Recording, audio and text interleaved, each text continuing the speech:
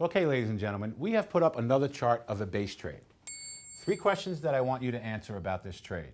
Number 1, where would you enter into this trade? Number 2, where would you put your stop order? And number 3, what would your profit target be? Take a couple of minutes to go over the chart, and then we'll be right back.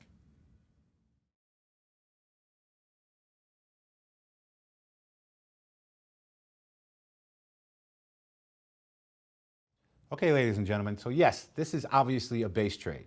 So let's answer the 3 questions that I asked you. Number 1, where would you enter into this trade? And the answer to that is, as soon as it got 5 cents above this base, the price would be about $53.40.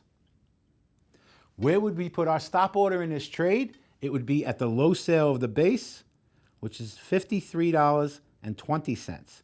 So we're only risking 20 cents on this base trade. And where would our profit target be? It's a $50 stock.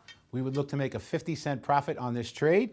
So our order to sell the stock would go at $53.90. And you can see it took about 5, 10, 15, 20, 25, 30, maybe 30 or 35 minutes to hit our profit target of $53.90. And we make 50 cents on that trade. Let's move on to our next trade.